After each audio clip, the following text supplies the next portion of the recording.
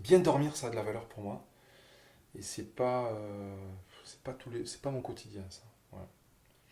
Cette nuit, j'ai moyennement bien dormi. Voilà.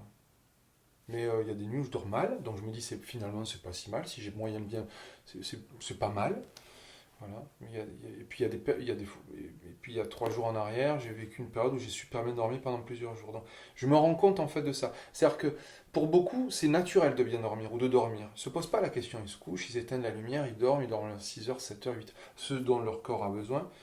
Ils font des grasses mat quand le temps leur permet de faire des grasses mat. Moi, je suis incapable de faire une grasse mat.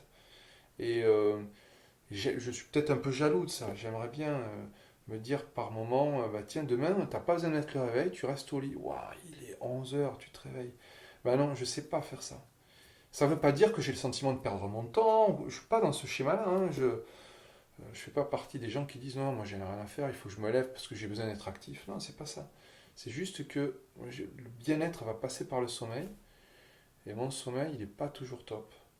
Alors quand il est top, et ben ça m'en... Toute la journée, je vais dire, waouh, j'ai bien dormi. Alors que ça va saouler même les autres, hein, mais je suis content.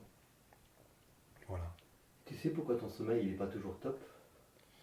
Ah oui, oui, oui. Parce que c'est les tracas du quotidien et c'est pas ciblé sur un point précis. Hein. Ça peut être mille choses. Il suffit qu'il y ait un grain de sable dans la journée qui se mette dedans, mais qui a pour moi de l'importance au niveau de mon ventre, quoi. Et ben, Céline, elle me dit souvent, mais pourquoi tu te prends la tête pour ça, quoi? Ça n'a pas de sens, quoi. C'est pas. Bah ouais, mais pour moi, c'est important. Et je suis en boucle.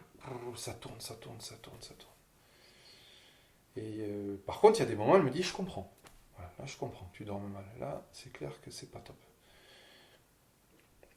Mais bon, voilà. Et puis, un sujet en amène un autre. Et puis voilà, encore une fois, quand on parle tout à l'heure d'imaginaire, voilà, je me fais des films toutes les nuits. Enfin, quand je suis réveillé, je peux rester des heures et des heures réveillé, 3 4 heures, 5 heures réveillé, et me dire, ouais, mais t'as passé 4 heures en étant réveillé, mais je les ai pas vus passer, c'est parce que il s'est pas...